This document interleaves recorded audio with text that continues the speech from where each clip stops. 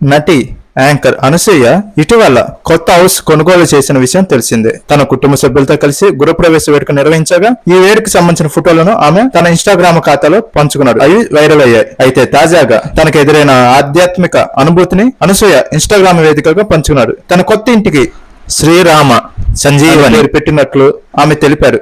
అంతేకాకుండా గృహ ప్రవేశ రోజున తమ ఇంటికి ఆంజనేయ స్వామి ఇచ్చేశారంటూ ఆమె భావోద్వేగానికి గురయ్యారు. నూతన గృహ ప్రవేశ సందర్భంగా కొన్ని హోమాలు, పూజలు, శ్రీ సత్యనారాయణ స్వామి వ్రతం, మరకత లింగ రుద్రాభిషేకం జరిపినట్లు ఆమె తన ఇన్స్టాగ్రామ్ స్టోరీలో వివరించారు. హనుమంతుడు తమను ఆశీర్వదించడానికి వచ్చారని పేర్కొన్నారు. అందరూ ఆధ్యాత్మిక చింతన కలిగి ఉండకపోవచ్చని తనకు తెలుసని, కానీ తనకు ఎదురైన అనుభూతిని అందరితో పంచుకోవాలనిపించిందని ఆమె అన్నారు. కొందరు నమ్మినా నమ్మకపోయినా ప్రహ్లాదు చెప్పినట్లు అందు గలడు ఇందు లేడని సందేహం వలదు, ఎందెందు వెతికినా అందందే కలడు అంటూ అనసూయ తన భావోద్వేగాలను వ్యక్తం చేస్తూ ఆ పూజకు సంబంధించిన ఫోటోలను పోస్ట్ చేశారు.